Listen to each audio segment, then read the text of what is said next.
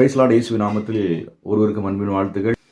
ஒவ்வொரு தேவனுடைய பிள்ளைகளும் தன்னுடைய வாழ்க்கையில் சில விஷயங்களை சரியாக செய்யணும்.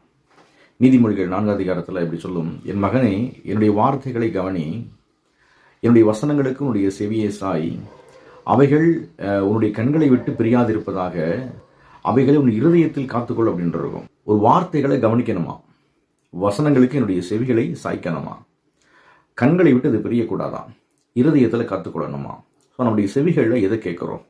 வசனம் சொல்லுது, ஒரு வசனங்களுக்கு செவிகளை சாய்க்கணுமா, வார்த்தைகளை கவனிக்கணுமா. நம்ம எல்லாம் கவனிக்கிறோம், உலக நடப்புகளை கவனிக்கிறோம், நிறைய விஷயங்கள் நமக்கு தெரியும். ஆனால் வார்த்தைகளை கவனிக்கிறோமா? வசனங்களுக்கு என்னுடைய செவிகள் சாய்க்கப்படுகிறதா? அவைகள் கண்களை விட்டு பிரியக்கூடாதான்.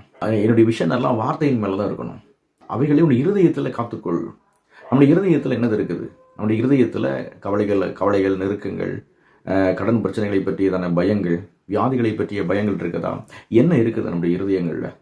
அவைகளை தேடி கண்டுபிடிக்கிறவர்களுக்கு அவைகள் ஜீவனும் உடலுக்கெல்லாம் ஆரோக்கியமாக இருக்கிறதா? வார்த்தையை கண்டுபிடிக்கிற ஒவ்வொரு மனிதனுக்கும் அந்த வார்த்தை ஜீவனும் உடலுக்கெல்லாம் ஆரோக்கியமாக இருக்கிறதா? வார்த்தையில் தான் ஹெல்த் இருக்குது, வார்த்தைக்குள்ளதான் வெல்த் இருக்குது, வார்த்தையெல்லாம் ப்ராஸ்பரிட்டி இருக்குது, வார்த்தையெல்லாம் ஹீலிங் இருக்குது, வார்த்தையெல்லாம் ஃபியூச்சர் இருக்குது. பேதுரு ராம் முழுவதும் பிரயாசப்பட்டு ஒன்று அகப்படாமல் கரையில் அமர்ந்திருக்கிறான். இயேசு கிறிஸ்து அவங்ககிட்ட போய் சொல்கிறாரு, ஆழத்தில் கொண்டு வளைய போடுன்னு சொல்கிறாரு. பேதுரு அவனுக்கு எல்லாமே தெரியும், பேதுருக்கு எல்லாமே தெரியும். ஆனால் வார்த்தையின் மூலமாக ஒரு வாழ்க்கை வரப்போகுதுங்கிறது அவனுக்கு தெரியலை. பேதுரு சொல்லுவான், ஐயரே, நாங்கள் ராம் முழுவதும் பிரயாசப்பட்டும் ஒன்றும் அகப்படவில்லை, ஆனாலும் உங்கள் வார்த்தையின்படி வளையப்பட போகிற அப்படிமா. அவனுக்கு இருக்கிறதான எல்லா அறிவுகள் மூலமாக வேலை செஞ்சு பார்த்தான், அதில் தோல்வி. ஆனால் வார்த்தையின்படி வலையை போடும் பொழுது அங்கே வலைகள் கிழிந்து போகத்தக்கதாக மீன்கள் கிடைச்சிட்டான். இன்னைக்கு நம்ம ஒரு முடிவு எடுக்கணும்.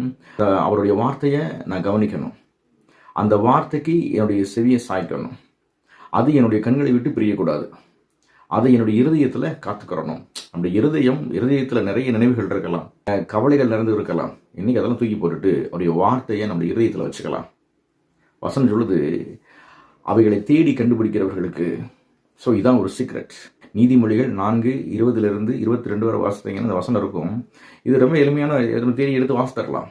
என் வாழ்க்கையில் நான் ஆரோக்கியமாக வாழ்வதற்கு உண்டான ஃபார்முலா இந்த வசனம். என் வாழ்க்கையில் நான் செழிப்பாய் வாழ்வதற்கு உண்டான ஃபார்முலா இந்த வசனம். அப்போ வாழ்க்கை வார்த்தையின் மூலமாக வருகிறது.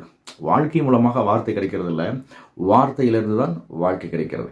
இந்த வார்த்தையை என் இருதயத்திலிருந்து மாற்றிடக்கூடாது, இந்த வார்த்தையை நான் கவனிக்காமல் விட்டுறக்கூடாது, இந்த வார்த்தைக்கு என்னுடைய செவியை சாய்க்கணும். வார்த்தையிலிருந்து நம்முடைய வாழ்க்கையை துவங்குவோம். கர்த்தர் பெரிய காரியங்களை செய்வார்.